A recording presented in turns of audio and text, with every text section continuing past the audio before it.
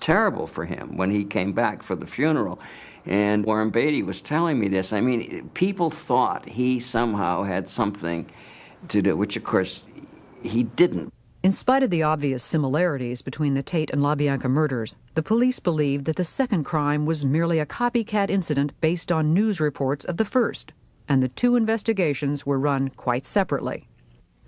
During the investigation, the family was actually arrested and then released on an unrelated charge of auto theft. They then headed north to the safety of Barker Ranch in Death Valley. On October 10th, the family was rounded up on new charges of auto theft and arson. And while they were in jail, the L.A. murder cases broke open. Family member Susan Atkins was implicated by another member in an earlier crime. Jailed in L.A., she blabbed to cellmates about the Tate and LaBianca murders. "The more you kill, the better you like it," she told them. Then one cellmate repeated the stories to the police. In December of 1969, nearly 4 months after the crimes, Charles Manson and 5 family members were charged with the Tate and LaBianca murders.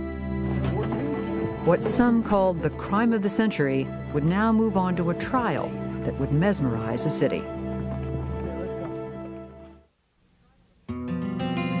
The trial of Charles Manson, Pat Krenwinkel, Leslie Van Houten, and Susan Atkins for the Tate and LaBianca murders began on June 15, 1970. Manson demanded and was refused permission to serve as his own attorney.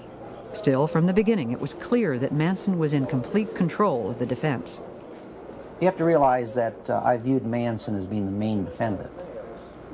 To convict his co-defendants and have him walk out of court, I think, would have been an unsuccessful prosecution. The problem was that Manson was not at the murder scene. He did not physically participate in these murders, so I had to bring him in by way of circumstantial evidence, and also by the law of conspiracy. At the heart of the prosecution effort was the bizarre story of Helter Skelter, the stranger-than-fiction doomsday scenario that Charles Manson had woven from his earlier certainty of a coming race war. Helter Skelter was a name he'd taken from a Beatles song.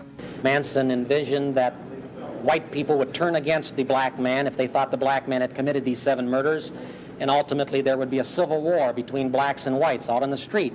During the war, he told them, he said, we're going to hide out in the bottomless pit in the desert, a place he derived from Revelation 9, a chapter in the last book of the New Testament. Manson foresaw that the black man would win this war. But later on, he said the black man, because of inexperience, would simply not be able to handle the reins of power. So we would have to look around at those white people who had survived, who had escaped from Helter Skelter. And he said, we'll come out of the bottomless pit, and quoting Manson, we'll send Blackie on his way to picking cotton, and we'll take over the leadership of the world. Chief prosecution witness was Linda Kasabian, who had driven the car on the night of the Tate murders. She agreed to testify in return for immunity. Can you get out of the way? The mood around the trial and throughout L.A. was as bizarre as the accused themselves. It may be more than 6 months before the Tate case finally goes to trial here at the Hall of Justice, but Hollywood isn't waiting. 2 movies about the mass murders already are in the works. One producer said his film will concentrate on the hippie clan charged with murder and explain on the screen why they might have done it. Day after day, Manson would come into court and by turns intimidate and amuse. He was playing the people. He was playing to the courtroom. He was playing to the press. We had quite a few staring sessions. He was always staring at people. You know, he'd stare at the jury, and they would turn away. He'd turn around and stare at spectators. During the trial, as in their lives before, the 3 women took all their instructions from Manson. The entire proceedings were scripted by Charlie. Every day we'd meet, and he'd decide, well, today I want you each to stand up and hold your hands in some stupid symbols. You're going to get up and scream. You know, each day was scripted, and that day we proceeded through the events. With Manson, he believed that everything we did was creating some picture that was going to go out in the universe and somehow change it towards his, bend it towards his will. The daily march of Van Houten, Atkins, and Krenwinkel, smiling and singing, was unnerving to anyone who saw it on the news. The song they were singing was one that Manson had written.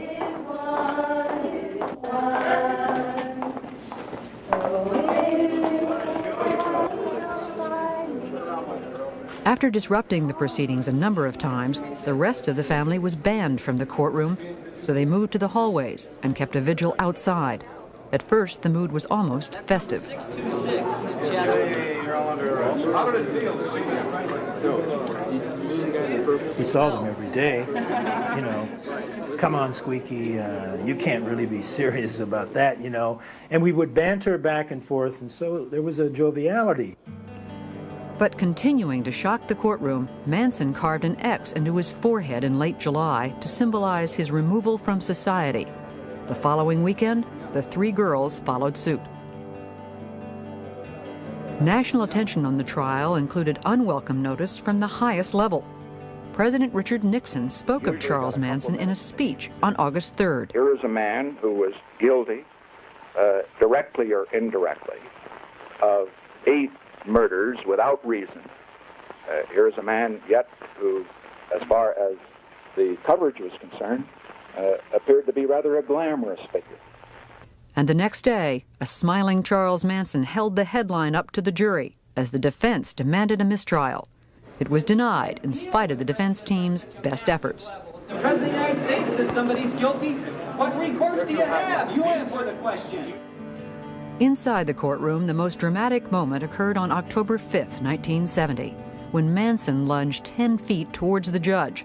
He was restrained, and the trial continued. It certainly was within earshot. On November 16th, the prosecution rested, and the defense then rested without calling a single witness. Struggles with Manson and changes in the defense team were constant, but there was still alarm when defense lawyer Ronald Hughes did not show up in court. His body was later discovered in a wilderness area. One ex-family member has claimed he was murdered for disagreeing with Manson over Leslie Van Houten's defense. On January 25th, 1971, after 9 days of deliberation, the jury found each defendant guilty of conspiracy to commit murder and murder in the first degree. In a separate trial, Tex Watson was also found guilty and sentenced to death. In the penalty phase of the trial, the women did testify and tried to exonerate Manson. And now the instructions from Manson were changing. One of the things that Charlie always promoted about himself was, I don't lie.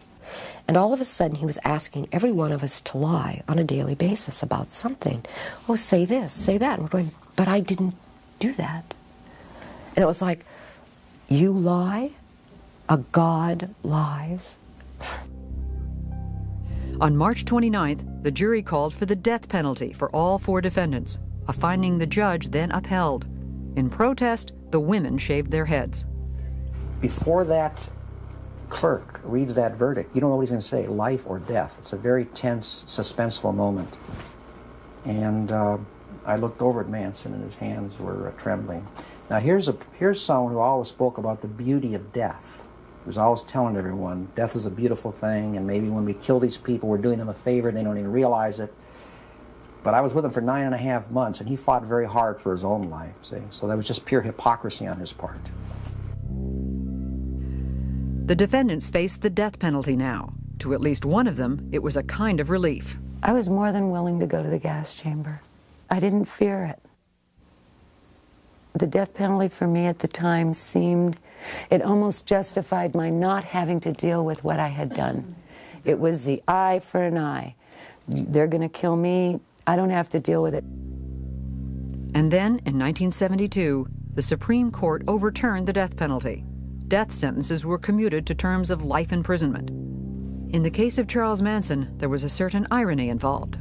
In fact, he told me after the trial, Bugliosi says, you know, you haven't achieved anything here. He said, all you've done is send me back to where I came from.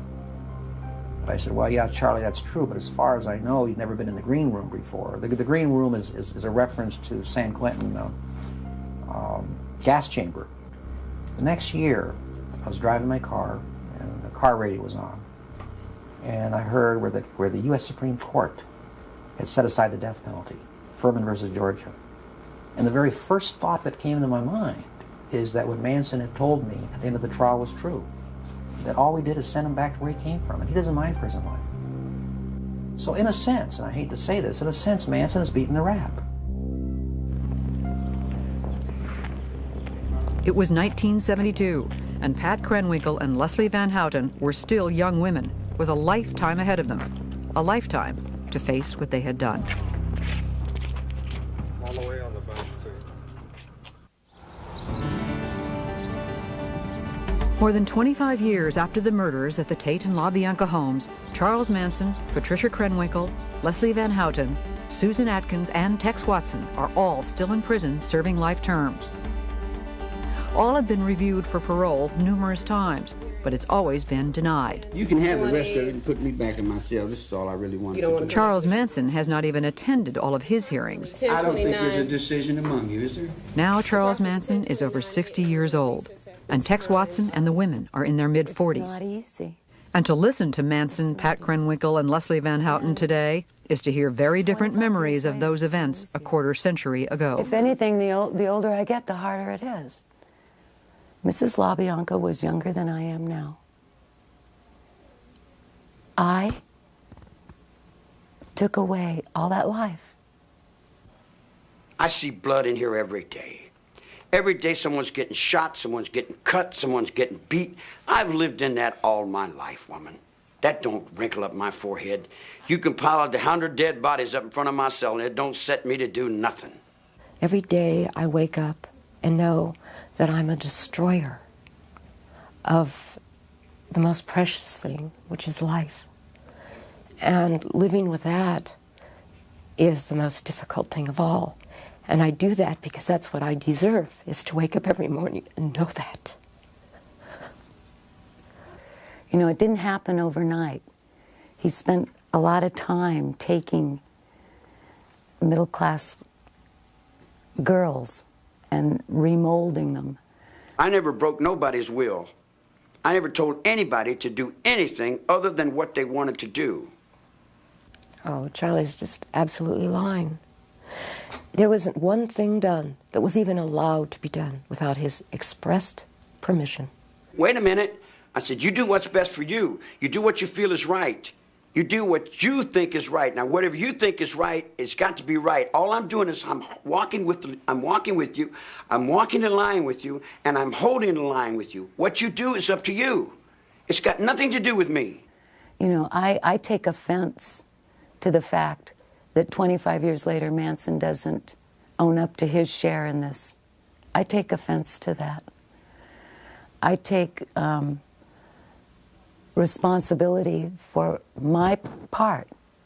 And part of my responsibility was helping create him. Every once in a while I get letters from children, and they seem to think that what we did is all right.